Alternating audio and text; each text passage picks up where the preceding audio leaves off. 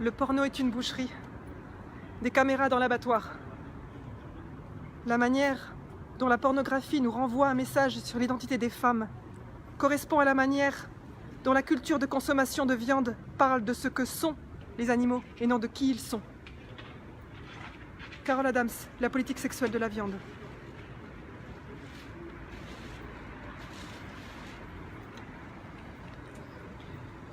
La pornographie est le spectacle de la prostitution, qui est le sexclavage des viols des femmes contraintes de vendre leurs viols.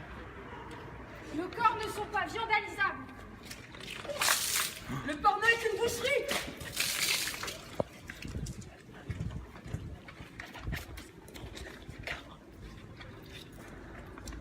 Il s'agit d'actes de torture pulvérisant la dignité.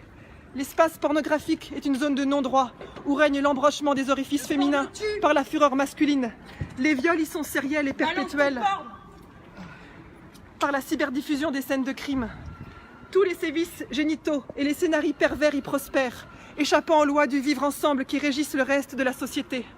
C'est le purgatoire puritain actualisé dans la vie réelle, l'explosion de crimes racistes, sexistes, spécistes. La fonction de la pornoprostitution est de normaliser la guerre contre les femmes pour l'existence commerciale de ces films. La présence de femmes agonisantes et assassinées est déniée par la vue de ces images et leur légalité. La fonction politique du sexclavagisme filmé pour les dictatures misogynes est d'inventer une nature masochiste féminine. Il s'agit pour les hommes de banaliser le mal pour mieux industrialiser l'anéantissement des femmes, des enfants et des animaux, et en tirer profit d'argent et de domination. Faire croire que les femmes désirent leur faim est l'objectif du patriarcat, revanchard des luttes d'émancipation féministe. La bitocratie fait passer la propagande pour une vérité.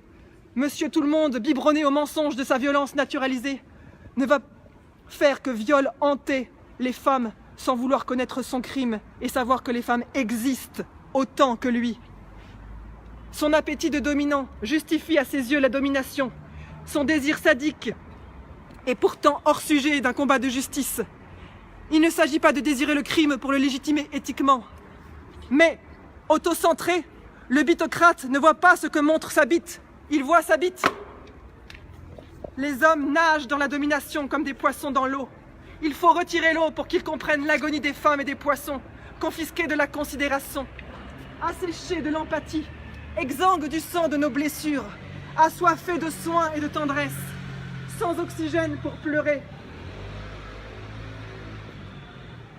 Dans le porno, les femmes sont réifiées encore, les corps objectifiés en viande, les corps viandalisés coupés en pièces d'orifices meurtris, les chairs souffrantes suintant le jus de leur néant, les viscères extractivés des trous détestés.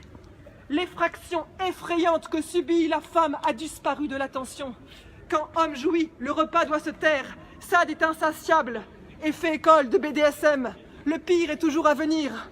Le pornocrate est un boucher et il cuisine nos tortures comme étant sa nourriture.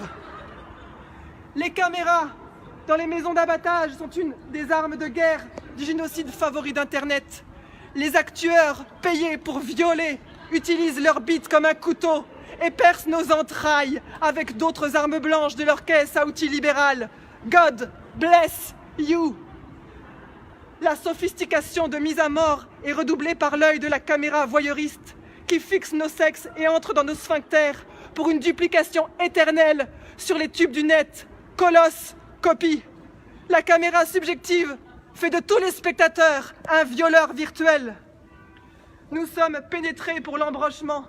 Le fantasme gynophage est constitutif du porno et les pornopresseurs s'enrichissent par milliards de la pauvreté et par l'appauvrissement des femmes pornifiées. Nos orifices, leurs royalties, nos humiliations, leurs promotions, comme de la viande, comme du bétail, comme un animal. Et les autres animaux existent. Les truies, les cochonnes, les chiennes, les chattes, les juments, elles existent. Nous ne sommes pas des corps sacrifiables. Boucherie, abolition. Boucherie, abolition. Boucherie, abolition.